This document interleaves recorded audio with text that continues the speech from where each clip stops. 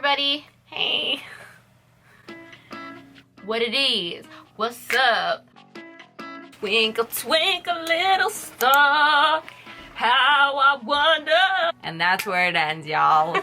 Have a good night. Guys, if you don't know the prayer for patience, definitely memorize it, because in my life that has helped me with a lot of situations. Welcome back. Mariah Carey up in here too. All right, Janet Jackson. 5, 4, 3, 2, 1. Level up, level up, level up, level up. That's where we are, guys, in life with Merv. This video is for anyone that has been feeling anxious or depressed. We both really thought that it was very important to discuss, because anxiety and depression is a topic where people think it's like frowned upon or they're ashamed of it and it's kind of swept under the rug. That should be frowned upon. For someone to criticize somebody for going through depression, anxiety, and you kind of tumble into this like ball and you start to self-doubt other people's criticisms and other people's negativity, you can't help but absorb it, because you're already in a state where you're already feeling down. We just want you to know that you guys aren't alone out there. This is something that we've been dealing with. I've definitely went through it. I know Marva has definitely went through it. As you guys know, I am Marva's older sister. We have, you know, some years apart, and I still learn from her every day, and I'm sure she learns from me every day. It's just really important for us to support each other when we are in that negative space, and you know, when we feel helpless, when we feel that we can't get out of it. So with that being said, we just want to jump right in, and Marve would like to share a few of her scenarios, situations, or things that she dealt with, and I also will talk about the same things a little bit. Maybe we can begin with definition of depression and anxiety for those that don't know what it is. Not only if you don't know what it is, but also if you can't recognize what it feels like. The definition is a mood disorder that causes a persistent feeling of sadness and loss of interest.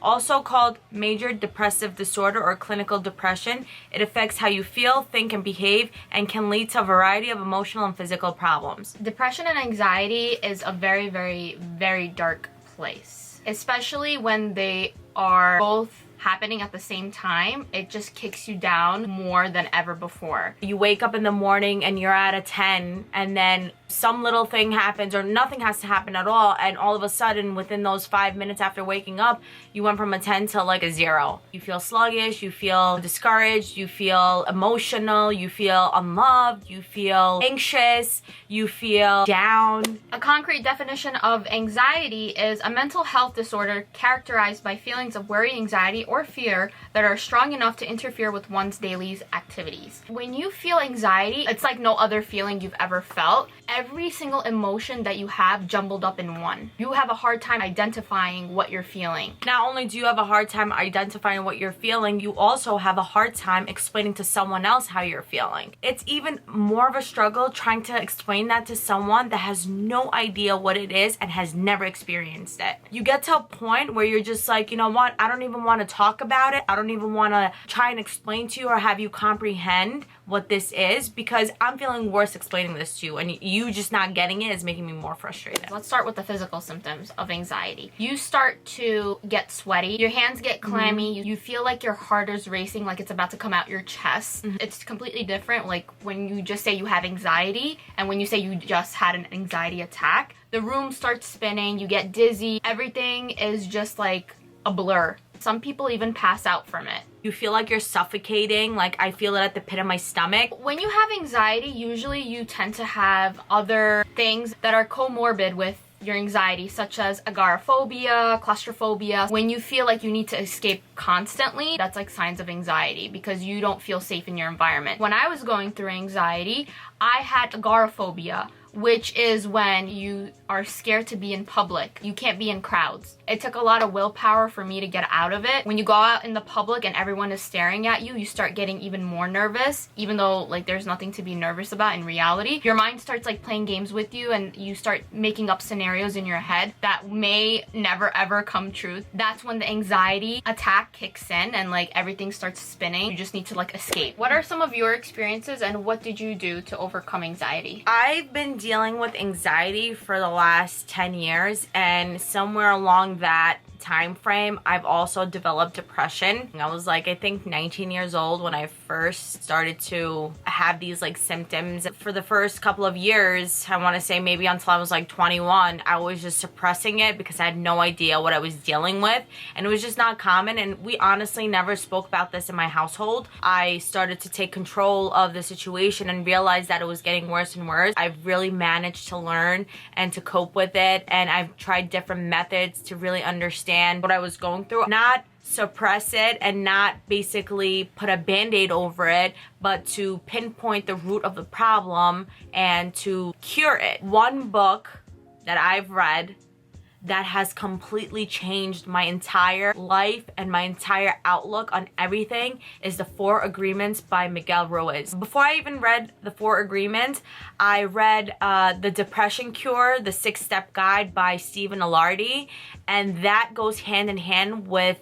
The 4 Agreements. Another thing that's really helped my anxiety is this natural supplement called Tranquiline. It's an herbal formula. Working out and getting in that exercise, guys, is literally everything. Get that pump, that blood flowing, and get your endorphins up. You're feeling good. You feel like you've accomplished something. You can start your day. Making sure that you get 30 minutes of sunlight is a must. Even if it's sitting in front of your stoop, on your balcony, going for a walk, whatever it is, make sure you get that daily dosage of vitamin D. Every time someone hears mental disorder, they think like, okay, this person's like crazy, but it has nothing to do with being crazy. You could have different types of mental disorders, such as anxiety, depression. You can't ignore your feelings and say, I'm just gonna like think about it a little bit and then I think I resolved it. No, you can't just think about it for like 10 minutes, 5 minutes. That's not how it works.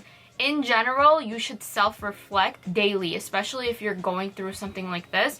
You have to take the time to sit down. If you can't express yourself in words to other people, you should try to write things down to make yourself feel better, and you'll have more clarity in what you're feeling. That's one of the things that I did to get through my anxiety. I was constantly writing things because when I tried to put it in words, I wasn't able to put it into words because I didn't even know what I was feeling. But once I jotted it down, there was a flow going on. So this quarantine was like a good thing for everyone since everyone's stuck at home. Anxiety and depression really stems from repetitive thoughts. Some ways that I coped with my anxiety, I read a lot of self-care and self-love books. Meditating rewires your brain and the way your thought cycle is. There's certain pathways in your brain that connect when you meditate, so you are more aware of what you're feeling and how you can let go of those emotions that are weighing you down. There's like scientific research behind all of this. Your body has a biological time clock where you need to reset it every day. You need to absorb a certain amount of sunlight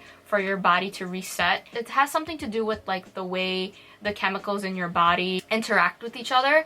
So depression and anxiety kind of come in like waves in my experience. You'll be low majority of the time, but then you'll hit like a low and then you'll start to do like a little better and then like it'll go back down. And that's because you aren't able to break the negative thinking. That's where it comes from. Just when you think that you're doing okay, you go back down to it. And the only way to get out of this is to break that chain. If you feel like it's very severe, you should definitely go seek help. Speak to a professional. If you're not eating healthy or if you're not working out or anything like that, that has a huge impact on your mood. It's very important that you're on track with what you're putting into your body and how many times a week you exercise, because it boosts endorphins in your body, which also play a role in changing the brain chemistry. You don't have to suffer from anxiety or depression in order to seek help or talk to a professional. If you feel like you need to speak with someone, please know that it's not frowned upon, and definitely go seek help. Go speak to someone. If you're feeling lonely, lost, where you can't vent to anybody, regardless of what it is, definitely speak to a professional. They're biased. If you have the willpower and you feel like you're strong enough, you could push through it and try the natural ways. I feel like you should always take the holistic approach before relying on these medications, because think about it, some people get dependent on them and it's very hard for them to come off of it. So that's why you hear a lot of these people that take it for an X amount of years, could be 5, 10 years, 15, maybe for the rest of their life, and it's because they're so dependent on it. That's why it's very important to do the inner work first and feel whatever emotion you want to feel. If you need to cry, cry. If you need to be angry, be angry. If you're confused, that's also fine. You need to feel it and let it out instead of constantly bottling it up where you explode all at once. That's where the downfall comes in, where you feel like you hit rock bottom, is because you are suppressing it and you are avoiding it. Don't avoid your feelings no matter what. Stay in tune with them. Understand what you're going through, what emotion you're feeling. And I just want everyone to know out there who is dealing with this, you are not your thoughts. That is not reality. Reality is what you're dealing with, how you control the situation when you're in it, not the million ways of what can happen or could be or should have been. You get to decide what reality you live in. Another thing you can do is yoga, or you can do acupuncture. Physical things, even though they might help a little bit, it's still very important to do the inner work, but it could help you make the push to do the inner work, because when you're physically tense and you feel stressed out or like you have pain in your body, you're focusing on that pain as opposed to your feelings. Go for a massage, go for acupuncture, go for physical therapy, whatever you need. Get that treated and then proceed to doing the inner work since you're more light on your feet. Pick up some habits, reading, art, music, makeup. One thing that I do when I'm feeling stressed out, I always stuck to my artwork. Every time I was feeling down or lonely or anything like that, I've turned that into a passion because of my anxiety and whatever emotions I was feeling. I progressed in it, and it's something that I do like all the time now. I paint, I draw. I also write poetry. Find a passion that's gonna give you hope even though you feel very hopeless at the moment and you feel like you literally can't see a future. That passion is going to keep you going, and it's going to motivate you to get back up on your feet again. Their opinion is not your responsibility. You are who you are. You know your intent, and if they don't want to take the time to understand that or listen to what you're saying and they're just responding to respond because at the moment that's just what they want to do not let that get to you. It's not your responsibility to make everybody understand what you're trying to explain if they're not listening. When you're in a state where you don't want to do anything and you've lost all motivation, sitting home all day and not pushing yourself to do anything is only going to make you feel worse. So even if it's something as simple as like changing from your pajamas into like sweatpants, or like putting on a little bit of makeup, that's going to give you a little bit more confidence. Do it. Do it for yourself. Why not? What movie? I know, Jim Carrey's movie. What movie, David? I really don't know, I forgot. Bruce Almighty. Bruce Almighty, there you go. We just wanted to say thank you guys for watching as always.